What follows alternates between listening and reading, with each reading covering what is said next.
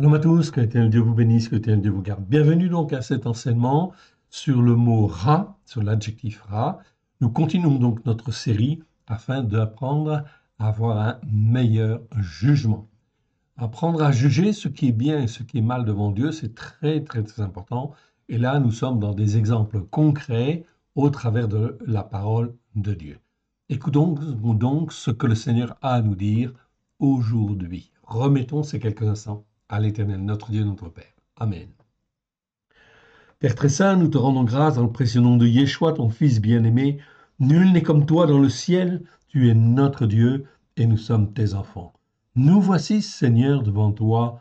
Parle, Seigneur. Ton serviteur, ta servante, écoute. Oui, que ton nom soit béni, honoré, lui, toujours et partout. Merci, Seigneur, parce que tu nous as rachetés. Merci parce que c'est toi qui nous formes, qui nous façonne, afin que nous puissions faire, oui, les œuvres que toi, tu as préparées d'avance, afin de te glorifier, toi, le seul vrai Dieu, et celui que tu as envoyé. Aide-nous, mon Dieu, mon Père, à te faire plaisir. Merci pour tout ce que tu vas nous donner aujourd'hui. Amen. Allons donc dans le texte, nous sommes arrivés donc dans 2 Rois chapitre 8, verset 12. OK.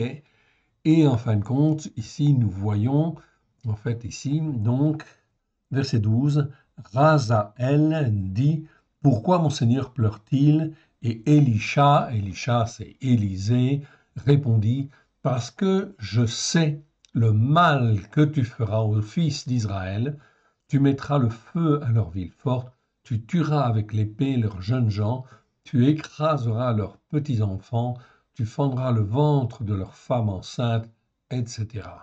Voilà donc en fait ici quelque chose en fait de très très important où l'Éternel montre ce qu'il va faire au travers du prophète Élisha. Donc pour mieux comprendre en fait ici ce passage, on va d'abord regarder encore la définition du mot ra et d'apprendre en fait à mieux comprendre et mieux discerner les circonstances. Donc le mot ra, on va le voir, le voici. Je l'agrandis pour que vous puissiez bien le voir. OK, voilà. OK, je monte même jusqu'à... Non, peut-être pas autant quand même, je vais descendre un petit peu. OK, là, ça fait un petit peu grand. Mais par contre, mon texte, je vais l'agrandir en fait encore pour que vous puissiez bien le voir. Voilà. Donc, je pense que c'est pas mal comme ça. OK. Donc, la définition du mot rat, vous l'avez sous les yeux. Vous pouvez la copier, la recopier, pas de problème. La diffuser où vous voulez. Tout cela, en fait, c'est une définition qui est très, très proche de l'hébreu, en fait, ici, ancien. Donc, la définition est bonne, super bonne. OK. Elle vient de la parole de Dieu. OK. Vous pouvez donc, en fait, ici, en parler à droite et à gauche de manière, en fait, certaine, afin que les uns et les autres puissent apprendre à mieux discerner ce qui est bien et ce qui est mal, afin de ne pas faire ce qui est mal et d'apprendre à avoir un jugement juste. Donc le mot ra que nous voyons là, ra, ça s'écrit avec un resh et un aïn, ok, en hébreu.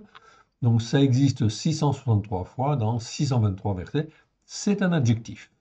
Numéro Strong 07451. C'est une numérotation dans laquelle il y a eu pas mal d'études. Donc effectivement, ça permet de retrouver en fait les versets. Donc c'est intéressant de ce côté-là.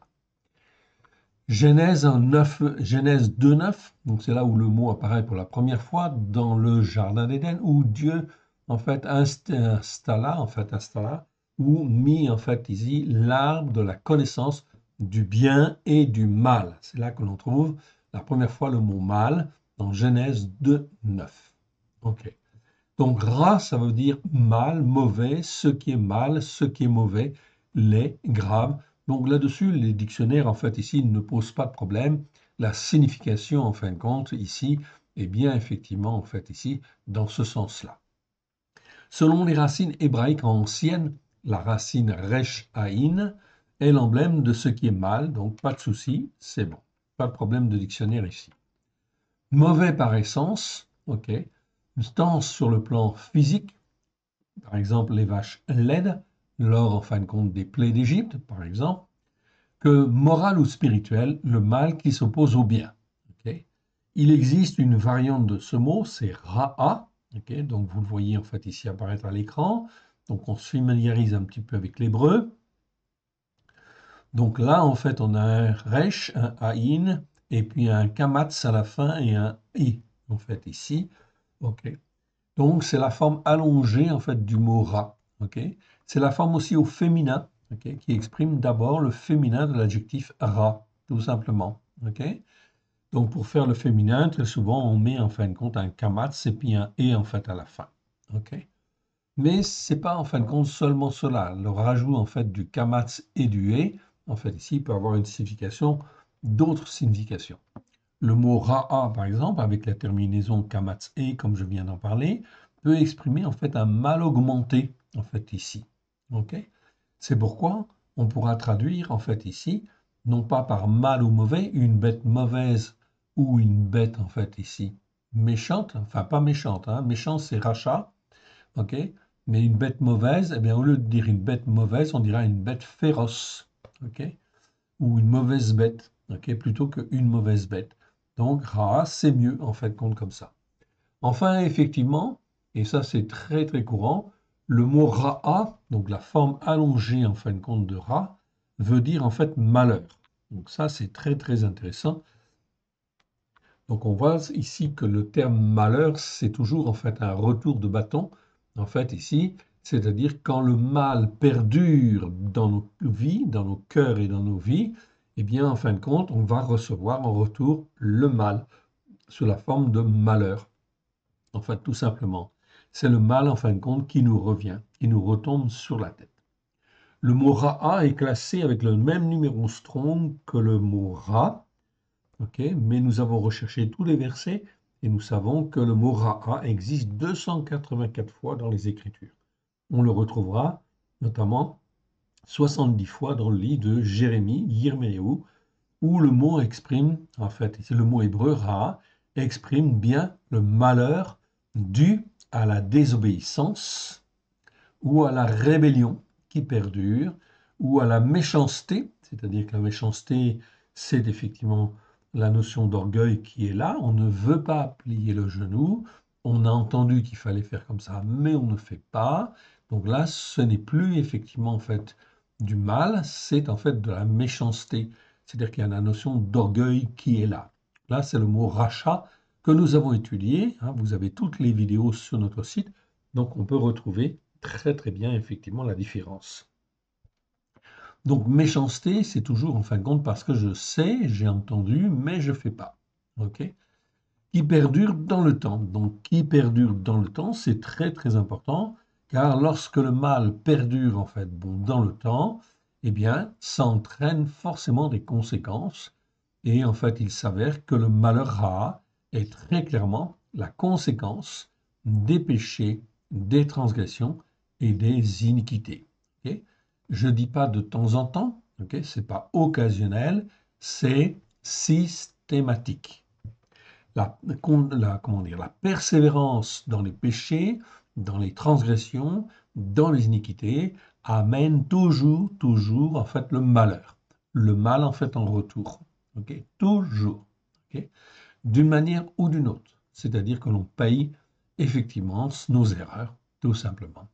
Voilà pourquoi il convient effectivement de les reconnaître, okay, de en fait les confesser, oui bien sûr, bien que je n'aime pas trop en fait le terme, mais d'en s'en repentir et de revenir à l'Éternel, d'écouter et de mettre en pratique, d'apprendre à faire ce qui est bien devant Dieu. C'est donc très très très important cette notion en fin de compte de mal. Ok, tout le mal qui se fait sur la terre, Dieu le voit, okay, et Dieu en tient compte. Et en fait, il amènera les jugements, okay, sur tout le mal qui est fait, bien évidemment, sur la terre. Revenons donc à notre verset. Nous étions donc au verset 8. Okay, et on va reprendre en fait un peu plus haut, en fait ici. Ok, donc je suis dans 2 Rois 12, en fait ici. Je vais reprendre à partir du verset 7. Ok, donc on va reprendre à partir du verset 7. Pourquoi? Parce que Élisée, Élisha, en fait, ici. Donc, Élisée, c'est Élisha. OK. Se rendit à Damas. OK, parce que le Seigneur lui envoie. Donc, Damas, c'est Damésec. Ben-Hadad, roi de Aram, était malade. OK. Donc, l'Éternel Dieu envoie, en fait, Élisée auprès de Ben-Hadad, roi de Aram. Aram, c'est la Syrie. Il était malade. Et on l'avertit pourtant, en fin de compte, ici, ben, la Syrie est effectivement, en fin de compte, un ennemi d'Israël. OK. Mais l'Éternel Dieu, en fin de compte, avait suscité, en fait, Ben-Hadad, OK, et la Syrie pour, en fait, infliger, en fin de compte, comment dire, des sanctions, des guerres, des malheurs, en fait, ici, sur Israël, notamment. Pourquoi? Parce qu'il n'écoutait pas et qu'il ne mettait pas en pratique et qu'il persévérait, en fait, dans les péchés, les transgressions, les iniquités. Ben-Hadad, roi de Aram, était malade. On l'avertit en disant, l'homme de Elohim est arrivé ici. Ah, donc vous voyez que même en fait ici à l'étranger, on savait en fin de compte qui était l'Éternel, et ici on a bien l'appellation à Elohim. Ok, à Elohim, donc c'est très important parce que Elohim en fait ici, c'est le nom de Dieu. Vous le voyez en fait ici. Ok, qui existe plus de 3500 fois dans les Écritures. Ok, mais en hébreu, on a l'article devant. L'article HA, en fait, ici. Donc, ça veut dire le, la, les, etc. Ok, mais en français, on met l'article partout, effectivement, la table, le plafond, le ciel, etc., le bureau, la chaise, l'écran. On met toujours un article devant les mots. En hébreu, non, on n'en met jamais, sauf quand on veut dire, en fait, ici, la table, en parlant de cette table-là.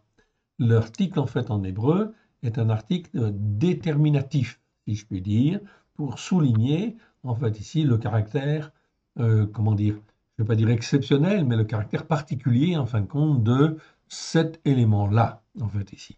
Donc, quand on trouve, en fait, ici, l'article, en fait, ici, HA, effectivement, devant Elohim, eh bien, on va le retrouver. On va le retrouver, je crois, si ma mémoire est bonne, 344 fois. OK, tout simplement. On les a tous repérés, effectivement. Et donc là, comment, en fin de compte, ça, ce n'est jamais, jamais traduit dans nos Bibles. Donc, si on devait le traduire, en fait, en français, à Elohim, on traduirait par le seul Dieu unique et vrai. Et ce qu'on s'aperçoit, c'est que les Écritures disent bien que les hommes ou les serviteurs de A Elohim, c'est toujours des serviteurs qui sont attachés à Dieu, qui restent attachés à Dieu et qui considèrent bien que Elohim est le seul vrai Dieu. Donc, comment traduire en fait ce mot-là? Si on devait le traduire en français, on traduirait par le seul Dieu unique et vrai. Donc cette appellation à Elohim, vous pouvez effectivement la retenir, vous pouvez en fait en parler autour de vous, ok, ça ne pose pas de problème, c'est bien biblique, ok. Plus de 344 fois, nous avons tous les versets où se trouve en fin de compte ce mot-là. Élisha, en fin de compte, est reconnu comme étant un homme de Elohim. Cela veut dire quoi? C'est un homme qui n'est pas du tout idolâtre, qui en fait s'attache en fin de compte à la parole de Dieu et qui dit bien en fin de compte Torah Tra Emet, c'est-à-dire ta Torah est la vérité, et qui a une relation personnelle en fait avec Dieu, qui sait écouter Dieu, qui sait prier, qui sait en fin de compte aller là où l'Éternel Dieu lui demande et faire ce qu'il lui demande. Donc, quand Élisha va en Syrie, l'ennemi en fin de compte d'Israël, ok, il n'a pas peur, il y va parce que l'Éternel Dieu lui a dit d'y aller, tout simplement. Donc il sait qu'il va être protégé en fin de compte par l'Éternel Dieu. Ça ne pose pas de problème. Le roi dit à Razaël, Razaël c'est Azaël dans nos Bibles. Azaël, je m'arrête 2 minutes en fait ici, c'est le chef de l'armée, hein, si vous voulez. C'est le bras droit en fin de compte du roi Ben-Hadad. Ok. Et en fin de compte ici, Azaël, ou plutôt Razaël, en fait on devrait dire, Razaël, le mot Razaël veut dire celui qui a vu Dieu. Okay, c'est un peu curieux comme nom, parce que c'est un nom qui est en fait apparemment bien, effectivement, mais Razaël, en fait ici, fera beaucoup, beaucoup de mal. En fait, Razaël, ça veut dire celui qui voit Dieu, en fait ici. Ok, Razaël existe 23 fois dans 21 versets, ok, et on le voit la première fois dans 1 roi 19-15.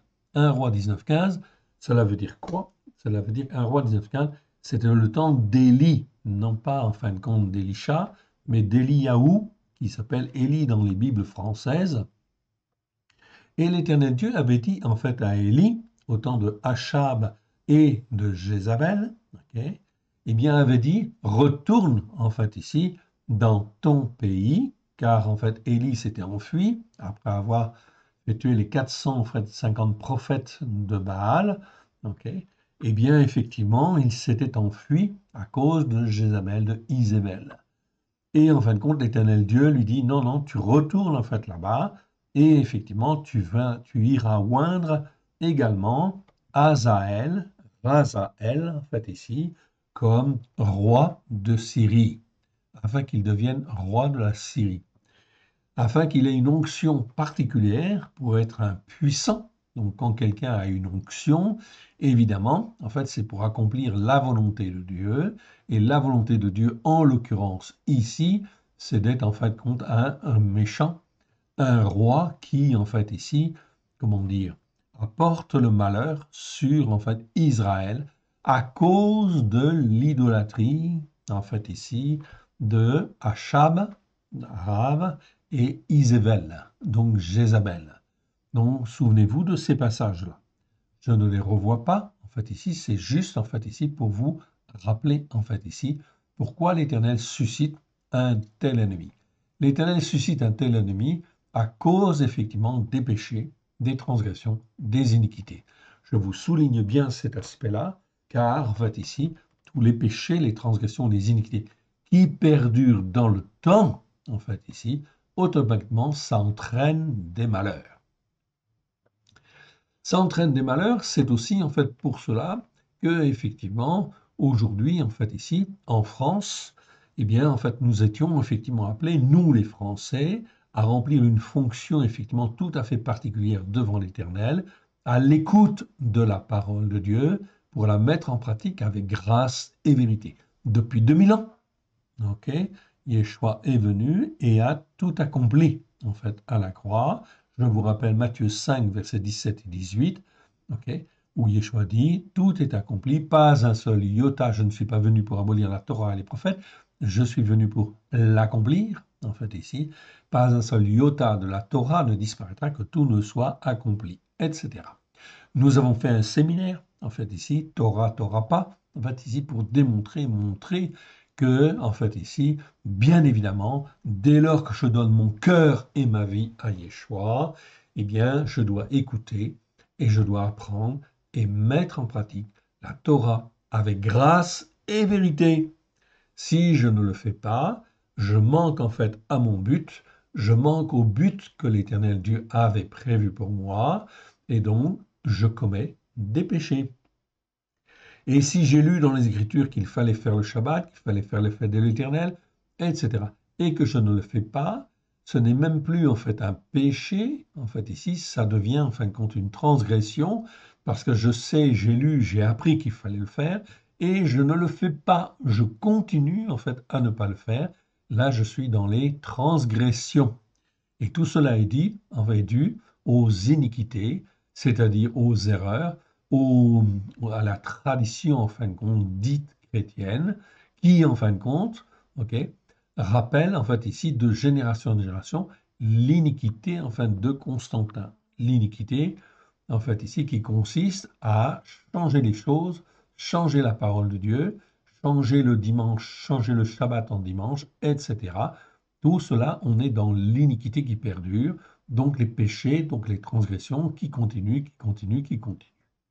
Résultat des courses, nous sommes en 2024, c'est-à-dire en fin de compte 2000 ans, en fait ici, après que Yeshua soit venu. Résultat des courses, en fait ici, nous constatons en fait aujourd'hui qu'il y a en fin de compte ici beaucoup de choses qui ne vont pas et on est largement, largement dans la désobéissance, l'insoumission. Donc forcément, ça va entraîner des malheurs.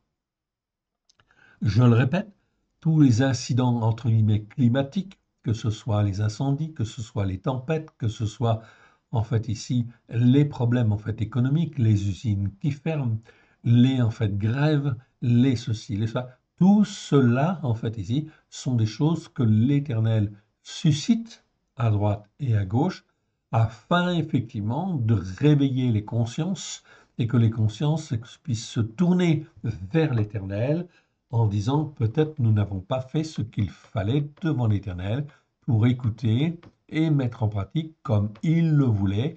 Donc ces malheurs en fait nous tombent sur la tête. Donc j'ai effectivement expliqué en fait déjà, bien souvent déjà, avec effectivement le fait que la France en fait ici est une position tout à fait particulière sur le plan spirituel devant Dieu. Elle doit écouter et mettre en pratique et elle devait montrer l'exemple aux nations et soutenir en fait Israël, oui bien sûr. Avec l'affaire Dreyfus au début du siècle, effectivement, on voit que les Français, eh bien, effectivement, ont, en fait, ici, de l'antisémitisme dans leur cœur, en fait, ici, quelque part. Tout cela n'est pas bon, bien évidemment. La rafle du Veldiv montre effectivement que les gouvernements, en fait, français, effectivement, sont pris position contre, en fait, Israël et contre, en fait, les Juifs, quelque part. Je résume, hein, ok. Résultat des courses, tout cela, bien sûr, ce sont des choses qui sont mal devant Dieu et la responsabilité de la France, du gouvernement français, est donc extrêmement importante, mais des Français en fait aussi, d'une manière générale. Ceci entraîne que depuis en fait la dernière guerre, libération en fin de compte par les Américains, merci Seigneur, est-ce que la France en fait s'est repentie de ses actes entre guillemets antisémites, etc. Est-ce qu'elle a une position favorable vis-à-vis d'Israël aujourd'hui? Vous le voyez, vous êtes capable de juger ce qui est bien, ce qui est mal. Mais tout cela entraîne forcément inévitablement des conséquences, ce qui fait qu'aujourd'hui, vous le voyez bien, même notre propre président, okay, eh bien effectivement aujourd'hui prend des positions et des décisions, okay, compte tenu de sa position vis-à-vis d'Israël, qui n'est pas claire, okay, qui est mauvaise, automatiquement cela entraîne effectivement des erreurs de jugement, okay, des prises de position qui sont erronées, résultat des courses, okay, que les partis soient de droite ou que les partis soient de gauche, depuis la dernière guerre, depuis la prise de position de la France vis-à-vis d'Israël, et effectivement, eh bien, cela veut dire qu'effectivement, il y a des malheurs qui viennent et qui s'accumulent. Aujourd'hui, en fin de compte, nous avons eu la dissolution de l'Assemblée au mois de juin, vous le voyez. C'est effectivement un grand malheur qui arrive. Effectivement, il y a eu un gouvernement qui a été institué. Ce gouvernement n'a pas tenu, okay, puisque en fait depuis aujourd'hui même, en fait ici, officiellement il est destitué, ce qui plonge la France dans une certaine incertitude, plus particulièrement en fait ici par rapport à d'autres pays, donc plus importante. Donc ce sont des malheurs qui s'accroissent et qui viennent en fait là. Tout cela est la conséquence des péchés, des transgressions, des iniquités. Je ne vais pas faire le procès en fin de compte de la France. Vive les Français, en fait ici, que vivent les Français et que vive la France, car dans les temps qui viennent, elle a un rôle en fait à jouer prophétique, extrêmement important, celui de montrer l'exemple en fait aux autres nations. Ça, c'est son but, ok? C'est sa fonction. Pourvu en fin de compte qu'elle se repente devant Dieu de ne pas avoir écouté et mis en pratique comme il convenait. Alors effectivement, donc aujourd'hui, la droite et la gauche sont jugées. Voilà pourquoi, en fait, ici, il est bien écrit au travers des prophéties de Daniel et l'Apocalypse que les gouvernements à venir seront en fin de compte d'extrême droite, oui bien sûr. Ce qui va entraîner effectivement en fait des problèmes, des conflits interreligieux, etc. Ok, qui en fin de compte vont créer des problèmes peut-être de guerre civile ou de tensions énormes, en fait ici, okay, en France et notamment dans les autres pays aussi par rapport à la communauté, en fait ici, arabe, oui bien sûr, okay, ou islamique. Donc tout cela, en fin de compte, ce sont des malheurs. Suivons bien et apprenons en fin de compte à faire ce qui est bien devant Dieu. Dans tout cela, la référence, c'est toujours la Torah. La Torah, en fait ici, où il est écrit, psaume 119, verset 142, Toratra Emet. Donc dès lors que l'on fait des lois en rapport avec la Torah, qui sont en fin de compte comme fondement en fait la Torah, c'est très bien, c'est une très bonne chose. Et vous voyez bien qu'on en est loin, oui bien sûr, ok. Et donc forcément, ça va entraîner des désordres, ça va entraîner des conflits, bien sûr, de la délinquance qui va augmenter, ok, de l'incivilité qui va augmenter en fait ici, bien évidemment. Donc le climat en fait en France va devenir très très très difficile. Tout cela est la conséquence du péché. Le roi dit à Razaël, donc Hazaël, prends avec toi un présent et va au-devant de l'homme de Elohim. Donc vous voyez ici, le roi de Syrie sait bien ce que c'est qu'un homme de Elohim, du seul Dieu unique et vrai. Le Dieu d'Abraham, de Yitzhak et de Jacob est reconnu comme étant en fait ici le seul Dieu unique et vrai, même chez les ennemis en fin de compte d'Israël d'hier. Ok.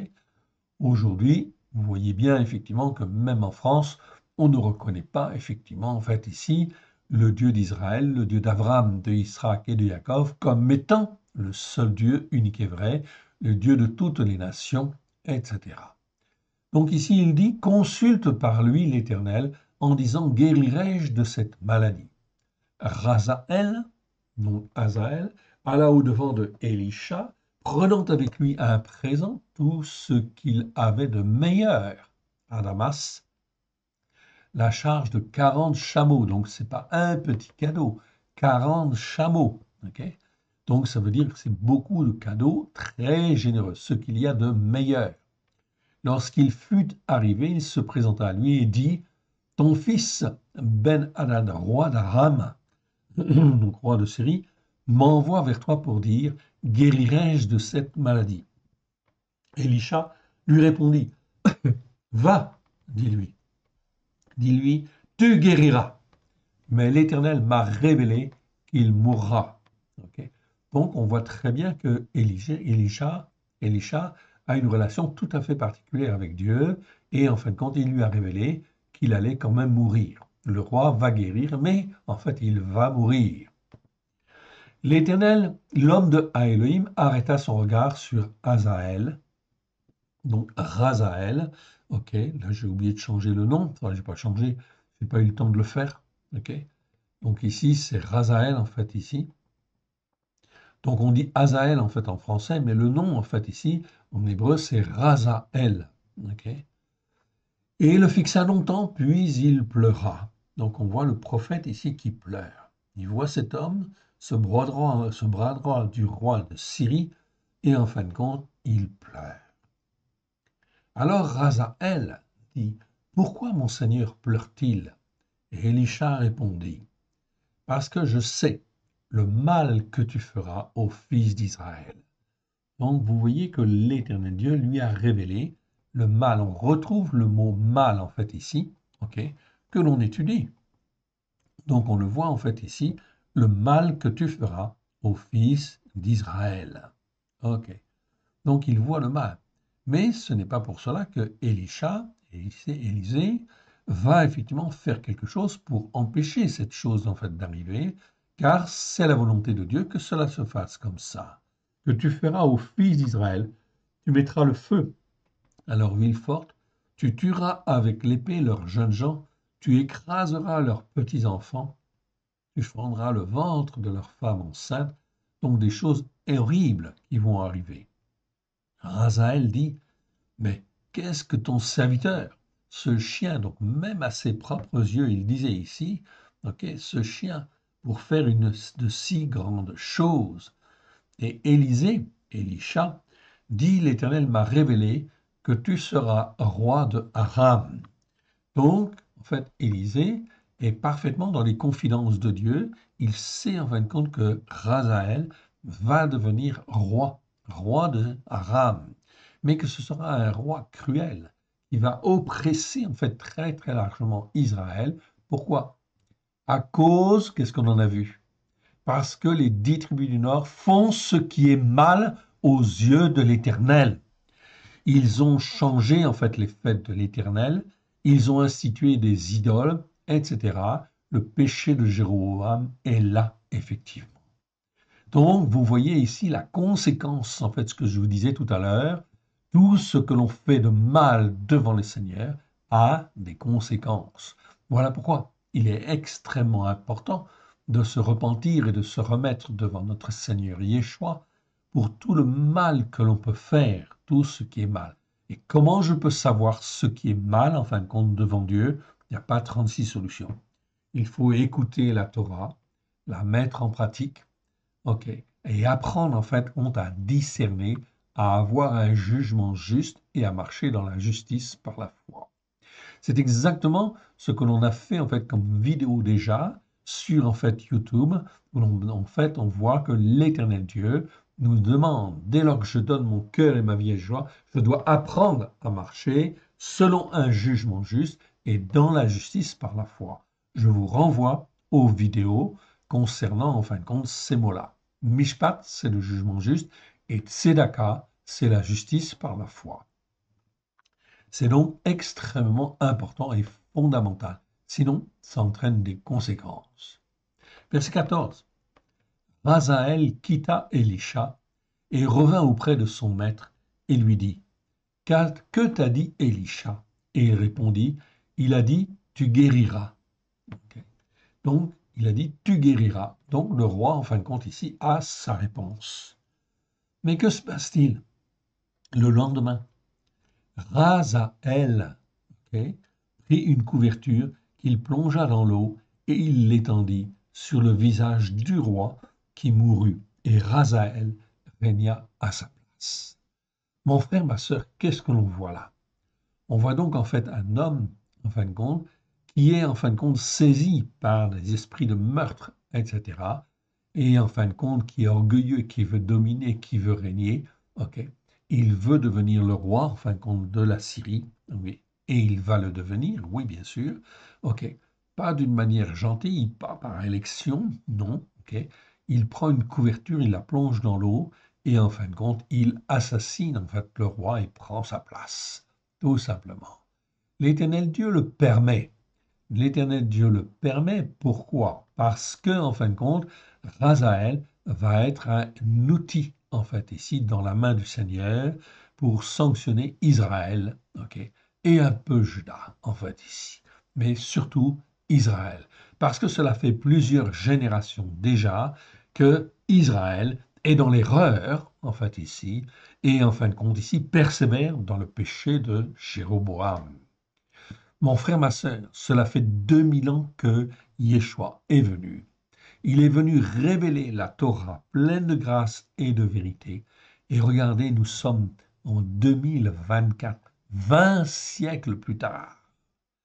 20 siècles plus tard, est-ce que nous écoutons la parole, en fin de compte, de Yeshua et de ses disciples pour, en fait, ici, l'écouter et la mettre en pratique avec grâce et vérité, comme cela nous a été demandé?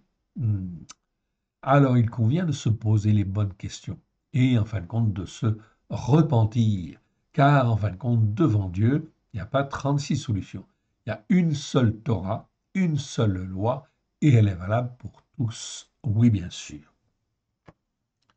On continue et on arrive en fin de compte ici dans le passage suivant.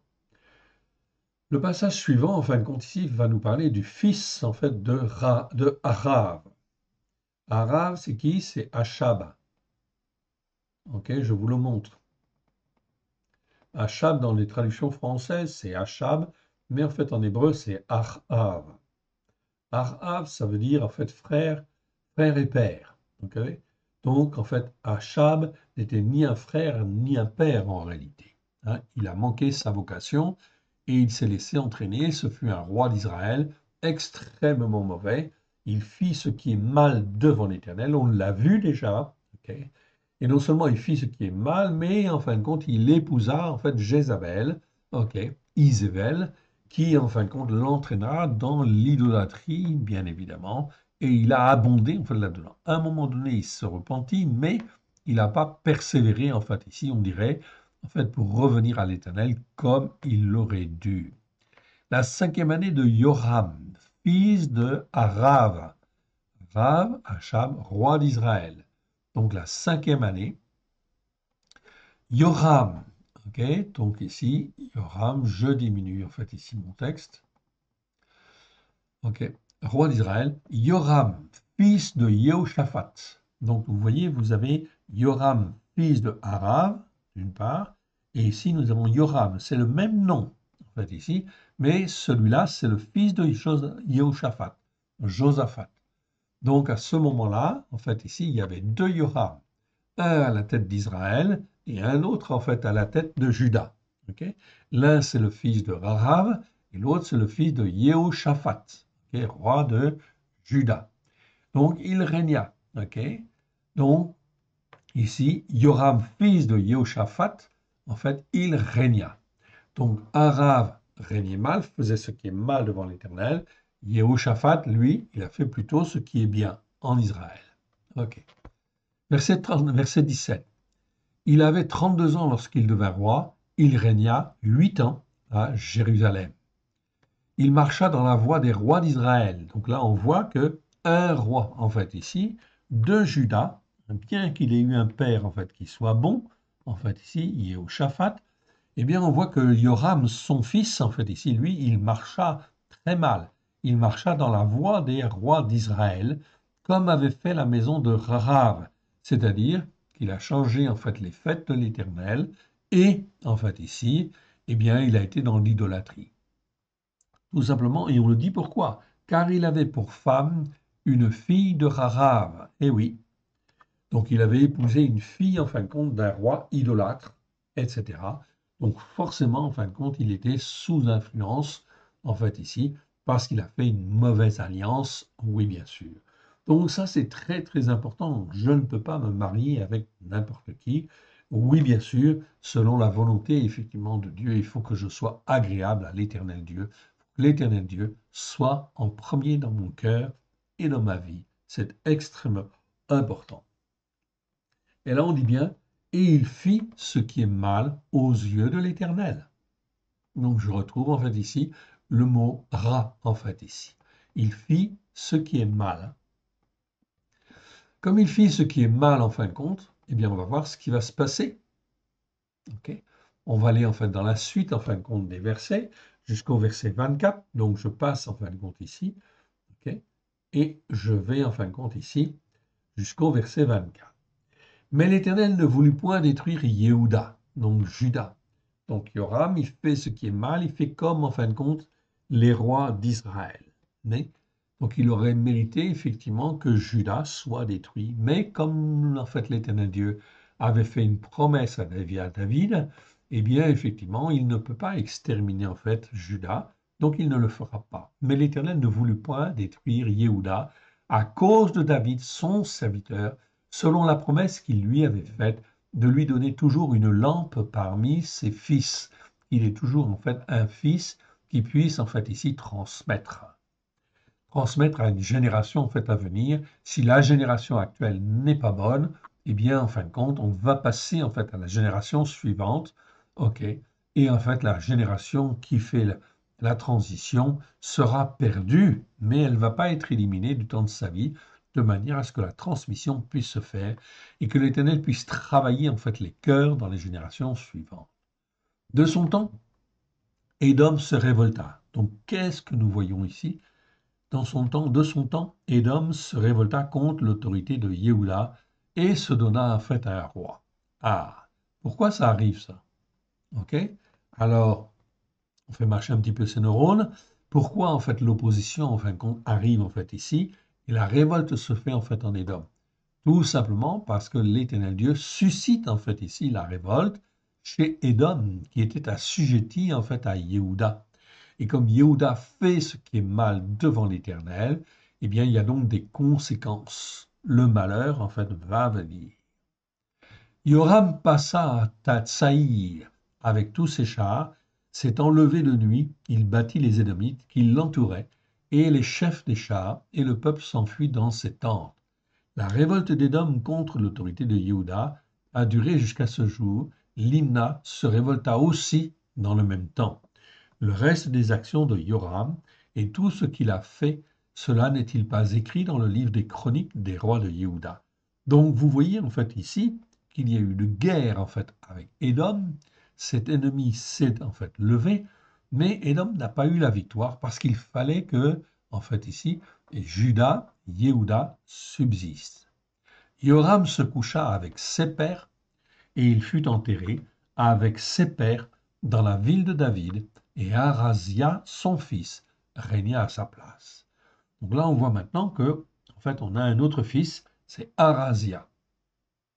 Arazia, son fils, régna à sa place. Ok. Alors, on va voir en fin de compte ce qui se passe avec ce fils. Verset 25.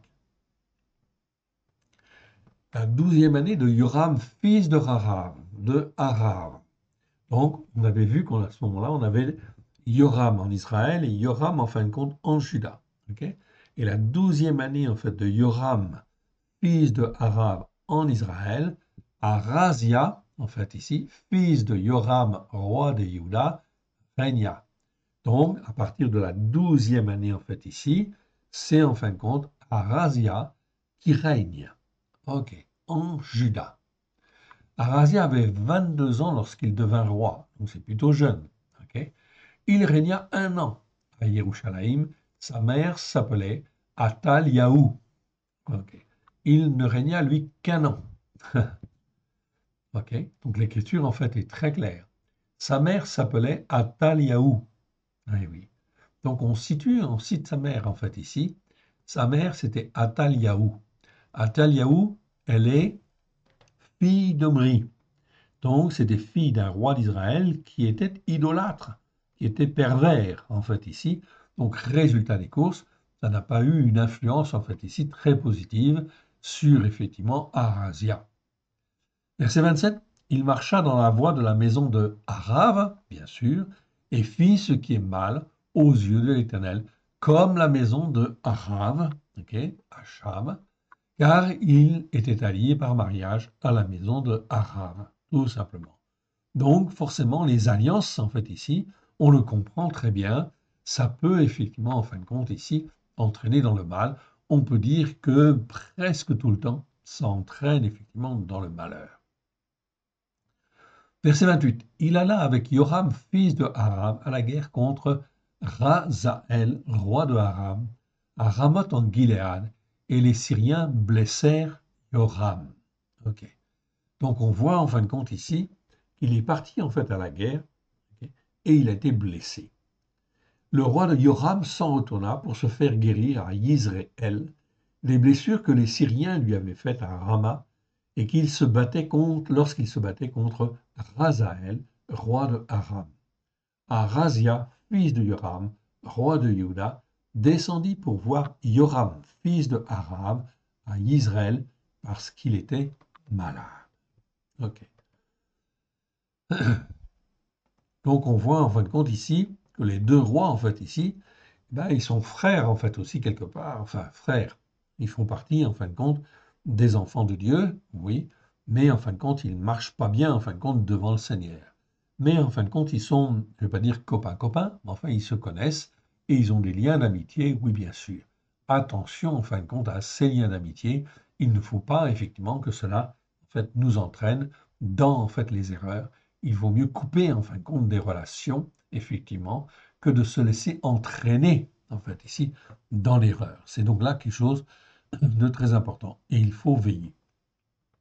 Il faut veiller et en fait poser les questions, en fin de compte, à l'Éternel Dieu, de manière à développer sa relation personnelle, en fait, avec Dieu.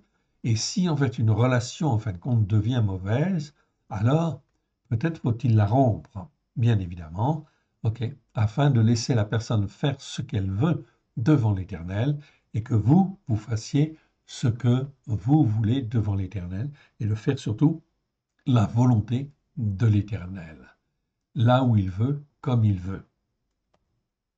Ok, on continue? Allez. Et on arrive en fin de compte maintenant un petit peu plus loin, donc dans 2 Rois, chapitre 13. Donc nous sommes en fait la 23e année de Joach.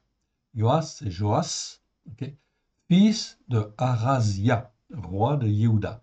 Donc Arazia a eu un fils, a eu plusieurs fils évidemment, la 23e année de Joach. fils de Arazia. Donc c'est 23 ans plus tard, on va dire. Okay.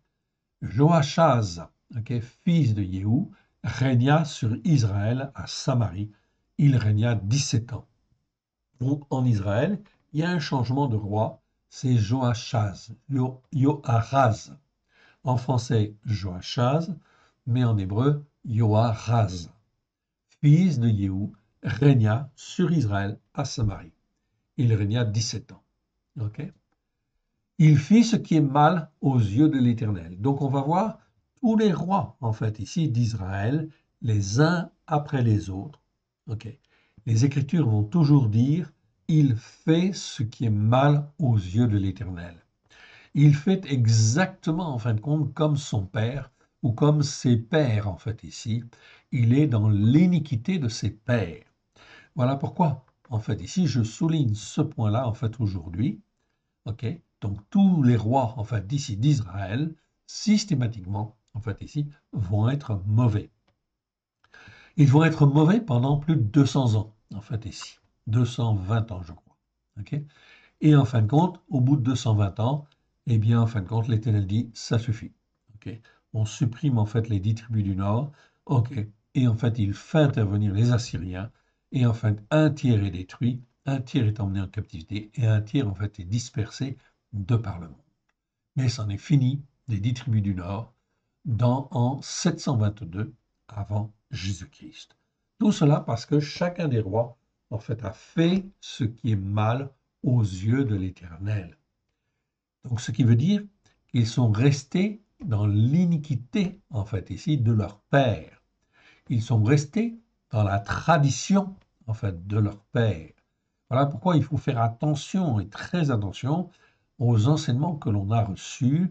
Et si la tradition que l'on a reçue, en fin de compte, des pères, n'est pas conforme à la Torah, au prophète Psaume, à la lumière de Yeshua, il convient, bien sûr, de distinguer, en fait ici, quand je dis distinguer, les Écritures disent séparer ce qui est bien de ce qui est mal. Je rejette tout ce qui est mal, dans tout ce que j'ai reçu, et je garde ce qui est bien, en fait, ici. C'est donc extrêmement, en fait, important. Lorsque Dieu, en fait, créa le bien et le mal, dans les Écritures, dans nos Bibles en français, c'est pas très bien traduit, mais en réalité, en fin de compte, quand c'est écrit, il séparera, en fait, le bien du mal, non, il met une distinction très nette, en fait, ici, en séparant le bien du mal. Donc il y a bien une différence. On ne mélange pas les choses. On ne dit pas que ce qui est mal, c'est bien, ou ce qui est bien, c'est mal. Non, il ne faut pas faire de mélange. Il y a d'un côté le bien et d'un autre côté le mal.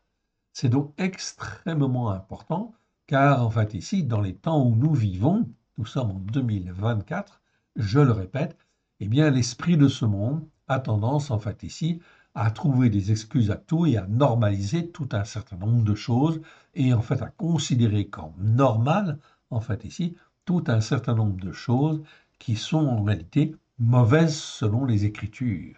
Alors, si c'est mauvaise, si c'est mal, je dois le rejeter, je dois le mettre de côté. C'est extrêmement important. Voilà pourquoi, en fin de compte, ici, nous vivons sur la terre, lorsque nous donnons notre cœur et notre vie à Yeshua, le Seigneur nous donne en fait une chance absolument merveilleuse. Il nous rachète par le sang de l'agneau, afin que l'on apprenne à marcher dans tout ce qui est bien et qu'on apprenne à rejeter tout ce qui est mal.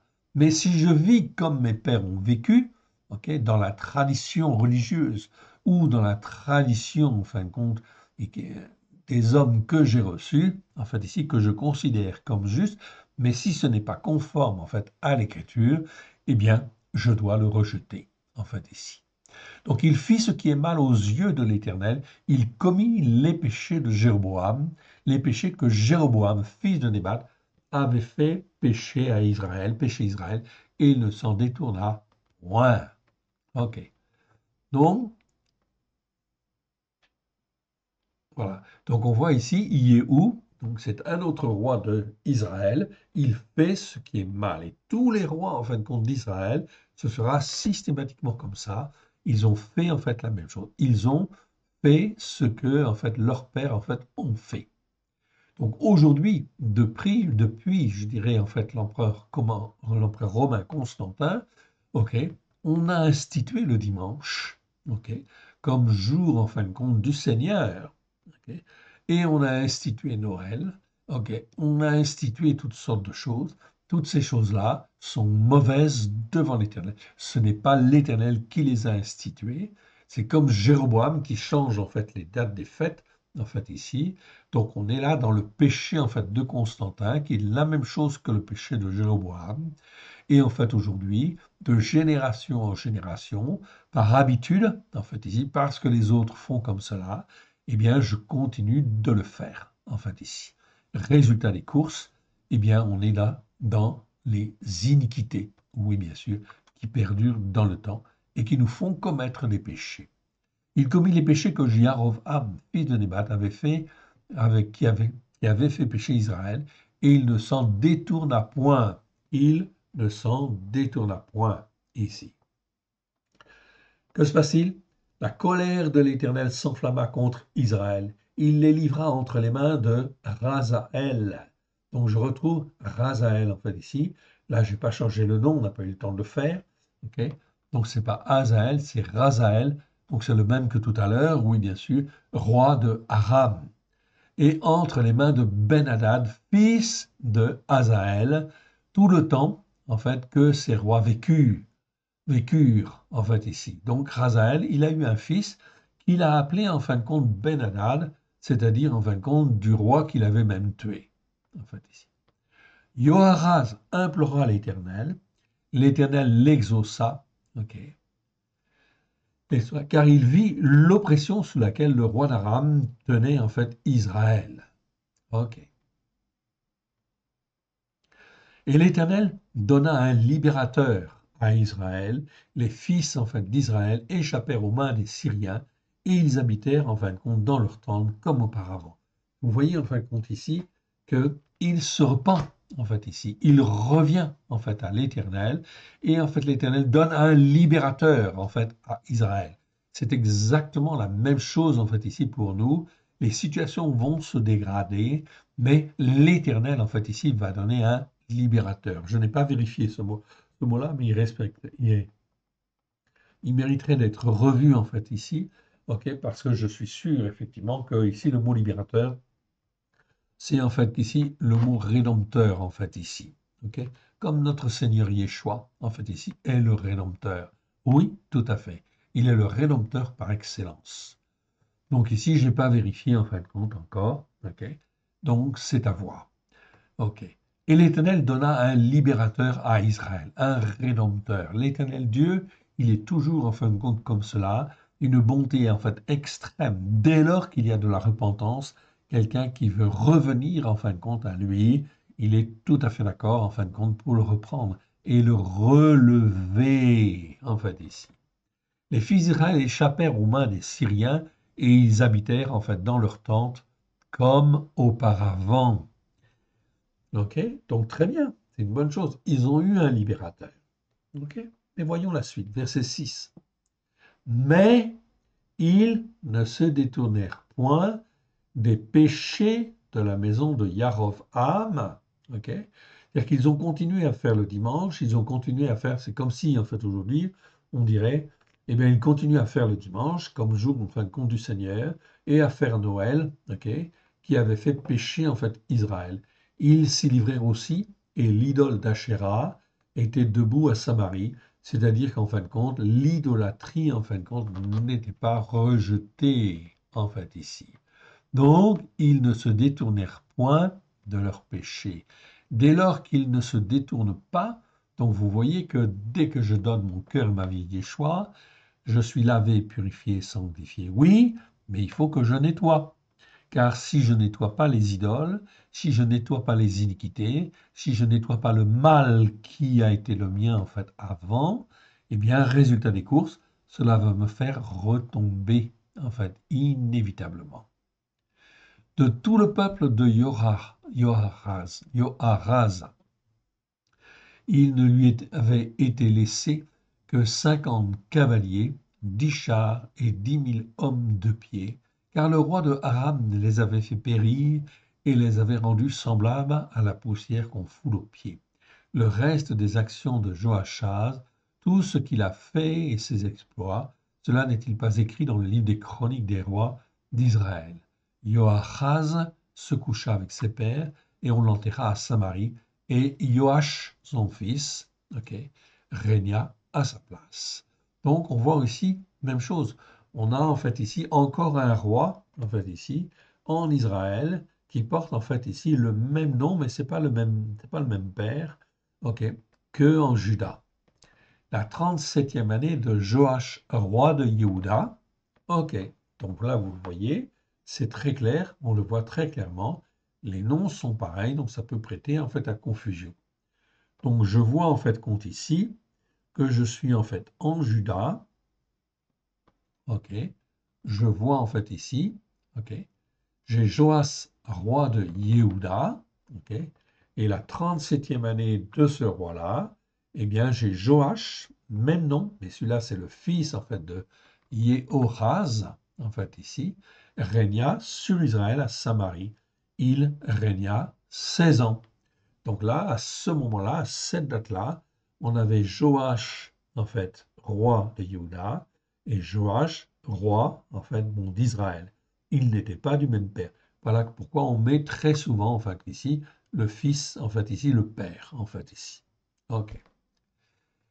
Donc, il fit, ce Joach, qu'est-ce qu'il a fait, en fait, ici? Joach ou Joas, en français.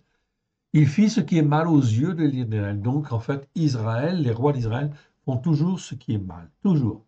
Il fit ce qui est mal aux yeux de l'Éternel et il ne se détourna d'aucun des péchés de Yarovam, fils de Nébat, qui avait fait pécher Israël, et il s'y livra comme lui. Le reste des actions de Joach, tout ce qu'il a fait, ses exploits, et la guerre qu'il eut avec Amatzia, roi de Yehuda, n'est-il pas écrit, en fait, dans les livres des chroniques des rois d'Israël? Donc, là, on cite Amatzia, roi de Yehuda. Donc, on voit bien que la tension entre le roi, en fin de compte, de Juda et le roi d'Israël, à certains moments, a été conflictuelle, oui, bien sûr. Pourquoi en fait ce conflit? C'est toujours, toujours, toujours à cause des péchés, des transgressions, des iniquités qui perdurent dans le temps.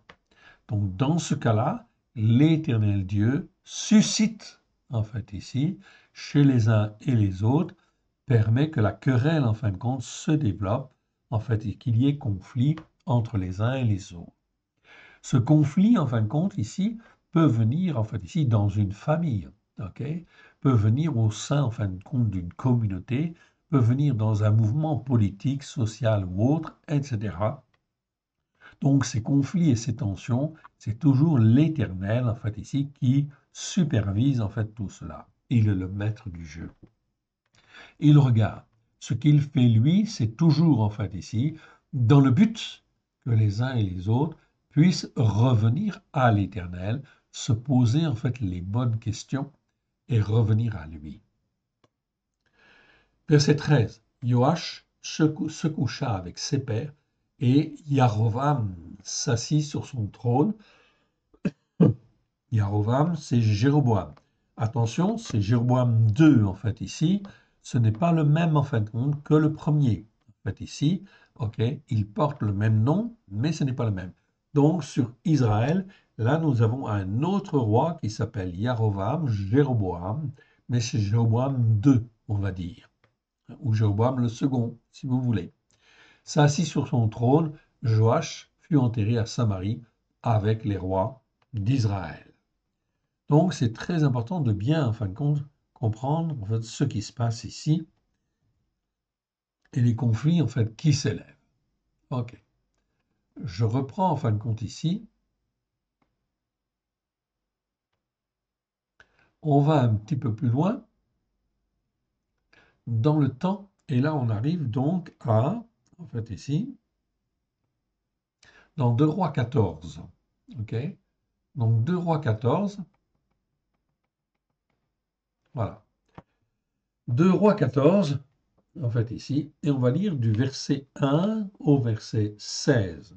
Donc, on va lire ce passage très, très intéressant, en fait, aussi, parce que ça nous permet de voir, en fait, ici, le comportement des uns et des autres. La seconde année de Joas, fils de Yoraraz, roi d'Israël. Okay. Donc, on compare toujours par rapport au roi d'Israël. Okay, la deuxième année de Joach, okay, en Juda, on a eu Amatsiu, fils de Joach, roi de Juda, régna. Donc, on a vraiment, en fin de compte, ici, avec les Écritures, vraiment des parallèles entre le règne de tel roi et tel autre roi. On avait fait un enseignement sur les rois, en fait, ici, en détaillant, en fin de compte, tout cela. C'était extrêmement intéressant. Extrêmement, extrêmement intéressant. C'était passionnant. Passionnant, en fin de compte. OK, donc on a fait cet enseignement. C'est un enseignement familial, en fait, ici. Donc, c'était vraiment extrêmement riche. On avait découpé tous les rois, en fait, ici. Et en fait, on avait fait une formation pour notre famille, en fait, ici. C'était vraiment, en fait, extrêmement intéressant. Et notre fils, en fait, ici, qui avait, en fait, 14 ans à peu près, en fait, ici, eh bien, a énormément, énormément apprécié parce que c'était passionnant. Ça n'avait rien à voir avec les enseignements qu'on avait dans les églises. Et là, c'était les Écritures. On voyait comment les uns et les autres se comportaient. Donc, Amatsia, roi de Juda, ici, comment se comporte-t-il? Il avait 25 ans lorsqu'il devint roi, donc il était jeune. Il régna 29 ans à Jérusalem, à Jérusalem. Sa mère s'appelait Jehoadan de Jérusalem. Il fit ce qui est droit aux yeux de l'Éternel. Donc là, on est dans les rois de Juda. Okay. Donc les rois de Juda n'ont pas tous bien marché, mais il y en a qui ont très bien marché. Okay. Il fit ce qui est droit aux yeux de l'Éternel, non pas autant que David son aïeul, mais il agit entièrement comme avait agi Joach son père. Non, il s'était pas mal comporté. Néanmoins, verset 4. Néanmoins, on voit tout de suite ce qui n'est pas bon, en fait, ici. Okay. Les hauts lieux ne disparurent point. Le peuple continua d'offrir des sacrifices et des parfums sur les hauts lieux. Lorsque la royauté fut affermie entre ses mains, il frappa en fait ses serviteurs qui avaient assassiné en fait le roi son père. Ah, ok. Donc il frappa ses serviteurs qui avaient assassiné le roi son père.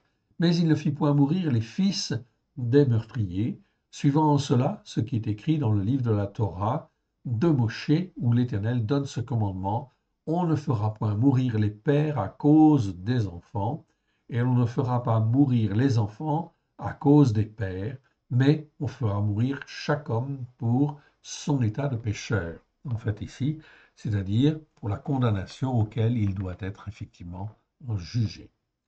Il bâtit 10 000 d'Édom, donc 10 000 Édomites, dans la vallée du Sel, et par la guerre, il conquit Séla, okay, et il l'appela Yoctébel, nom qu'elle a conservé jusqu'à ce jour. Alors Amatzia envoya des messagers à Joach, fils de Joachaz, fils de Jéhu, roi d'Israël, pour lui dire: viens, voyons-nous en face. Et Joach, okay, roi d'Israël, fit dire à Amatsiaou, roi de Yehuda, le buisson épineux du Lébanon, okay, envoya dire au cèdre du Lébanon: donne ta fille pour femme à mon fils. Mais les animaux dans les champs du Lébanon vinrent à passer et écrasèrent le buisson épineux.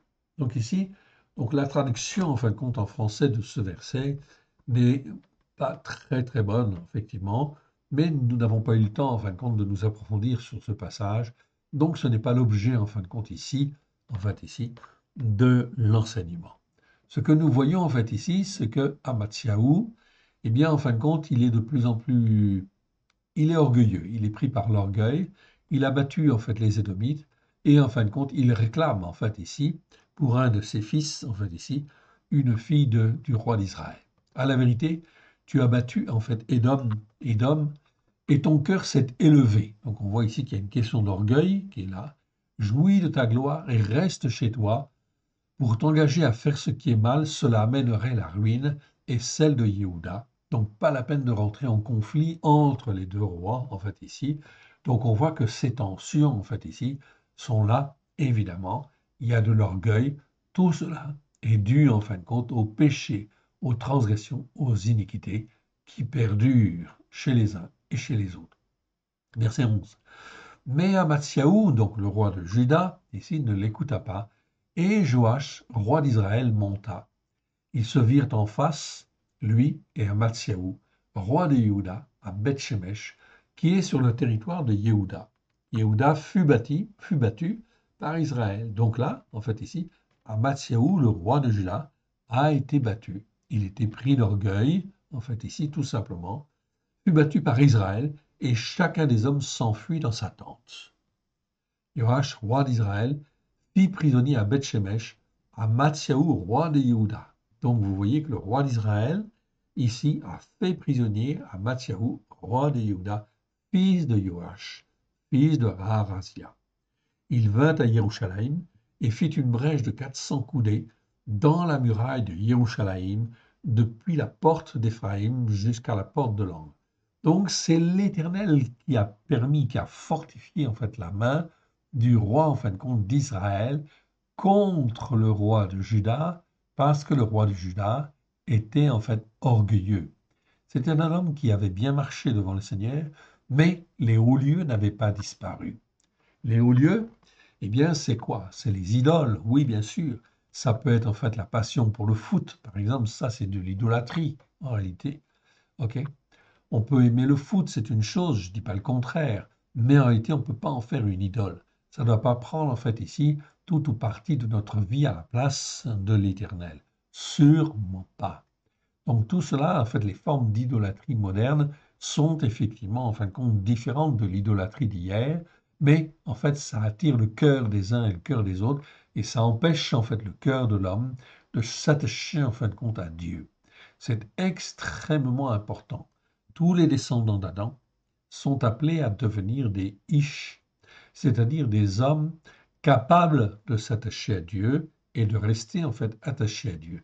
Des hommes matures, des hommes spirituels. Ça ne veut pas dire que tous les hommes, tous les ish, en fait ici, arrivent en fait à le faire. Non, je n'ai pas dit ça, mais ils ont la capacité de le faire. Et ça, c'est extrêmement important. Sinon, au final, eh bien, ça veut dire qu'ils n'ont pas le salut, tout simplement.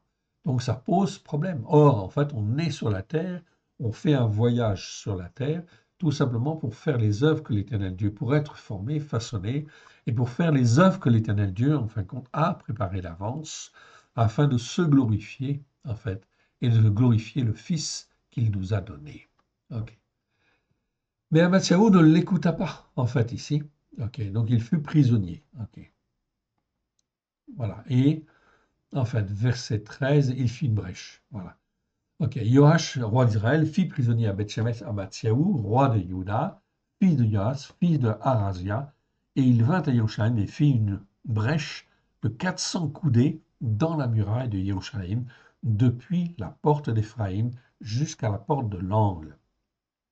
Il prit tout l'or et l'argent, tous les vases qui se trouvaient dans la maison de l'Éternel et dans les trésors, en fait ici, de la maison du roi. Il prit aussi des otages et retourna à Shomron, okay, à Samarie. Okay, donc il y a une petite variante, c'est Shomrona en fait en hébreu, mais je ne rentre pas dans le détail. C'est pareil que Shomron pour le moment. Okay. Le reste des actions de Joach, ce qu'il a fait, ses exploits et la guerre qu'il eut avec Amatzia, roi de Juda, cela n'est-il pas écrit dans le livre des chroniques des rois d'Israël? Joach se coucha avec ses pères et fut enterré à Shomron, Samarie, avec les rois d'Israël. Et Yarovam, son fils, régna à sa place. Ok. Et on arrive en fait ensuite donc à Yarovam, donc le deuxième en fait Jéroboam. La 15e année de Amatsiaou, ok, donc Amatsiaou, fils de Joach, roi de Yehuda, donc on est dans Juda, Amatsiaou, la 15e année en fin de compte du roi Amatsiaou, Yarovam, donc celui qui porte le même nom que le premier en fait Jéroboam. Là c'est le deuxième, c'est Yarovam II ou Jéroboam II si vous voulez. Ok, fils de là, celui-là c'est pas fils de Nébat, c'est fils de Joach. Lui, il fut roi en fait d'Israël. Il régna à Shomron Il régna 41 ans. Donc il a duré 41 ans en fin de compte de règne sur Israël. Déjà d'emblée, ok. On te dit, il fit, verset 24, il fit ce qui est mal aux yeux de l'Éternel. Il ne se détourna d'aucun des péchés de Yarovam, fils de Nébat. Donc vous voyez ici, c'est Yarovam, fils de Nébat, qui avait fait pécher Israël. Ici, c'est Yarovam, fils, en fin de compte, de Joach. Ok. Donc on voit bien la différence. Ok. Il porte le même nom et il se comporte en fait aussi comme en fait ici Yarovam, fils de Nébat, en fait ici s'était comporté. Verset 25, il rétablit les limites d'Israël depuis l'entrée de Hamath jusqu'à la mer de la plaine, selon la parole que l'Éternel, l'Élohim d'Israël, avait prononcée sur son serviteur Yona, le prophète, fils d'Amittai de Gath-Hépher. Car l'Éternel vit l'affliction d'Israël à son comble. Okay. Vit l'affliction d'Israël à son comble.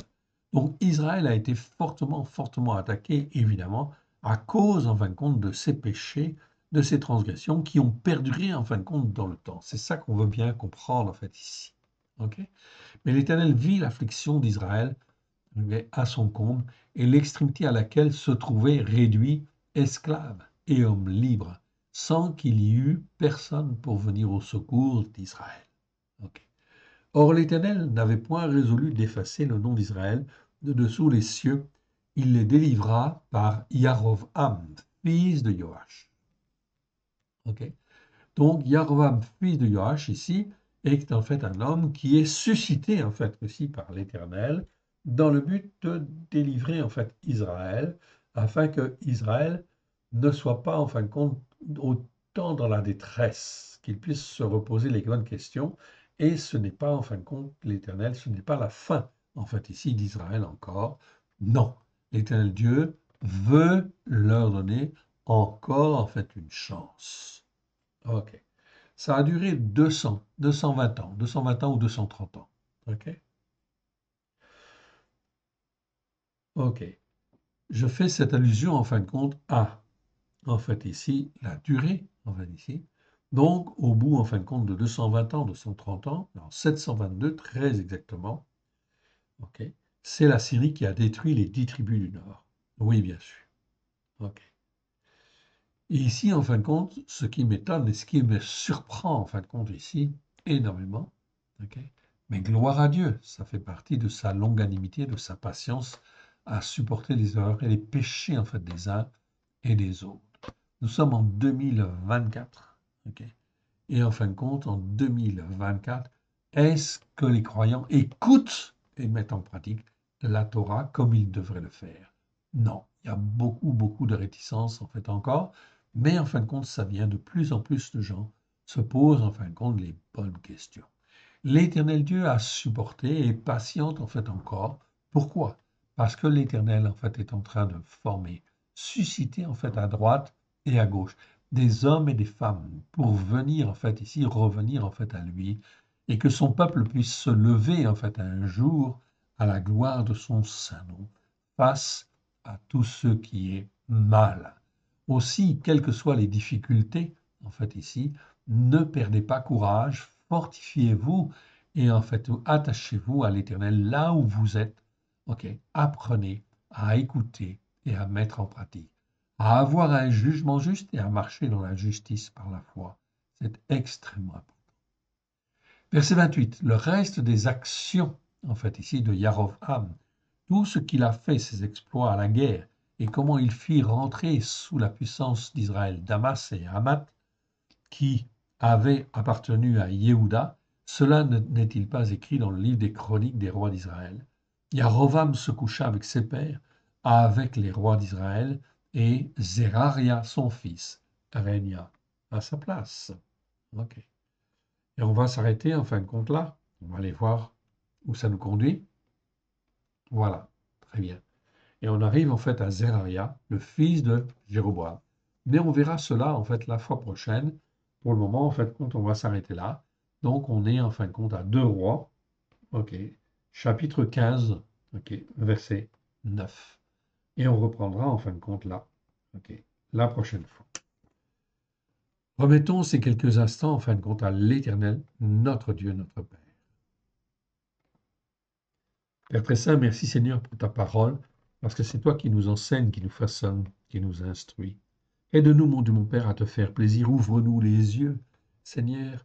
Sonde nos cœurs, sonde nos reins, et que toute ténèbre qui est là, Seigneur, qui subsiste dans nos cœurs, dans nos vies, s'en aille dans le nom d'Yeshua. Que ta lumière, au travers de Yeshua, pénètre, oui, Seigneur, au plus profond de nous-mêmes, nous éclaire, nous façonne, nous illumine, Seigneur, de ta lumière, à la gloire de ton Saint-Nom, afin que nous puissions être ton serviteur, ta servante, là où tu le veux, comme tu le veux, afin que ton nom seul soit glorifié, toi, le seul vrai Dieu, et celui que tu as envoyé. Aide-nous, mon Dieu, mon Père, à te faire plaisir. Que ce qui n'est pas de toi dans cet enseignement s'en aille dans les lieux arides, que ce qui est de toi soit moins de grâce et de vérité, et puisse trouver un écho dans nos cœurs, oui, nous façonner comme toi tu le veux. Merci, merci Père, merci Yeshua, merci Esprit Saint. Amen. Que l'Éternel Dieu vous garde, que l'Éternel Dieu vous bénisse. Shalom à tous. Amen.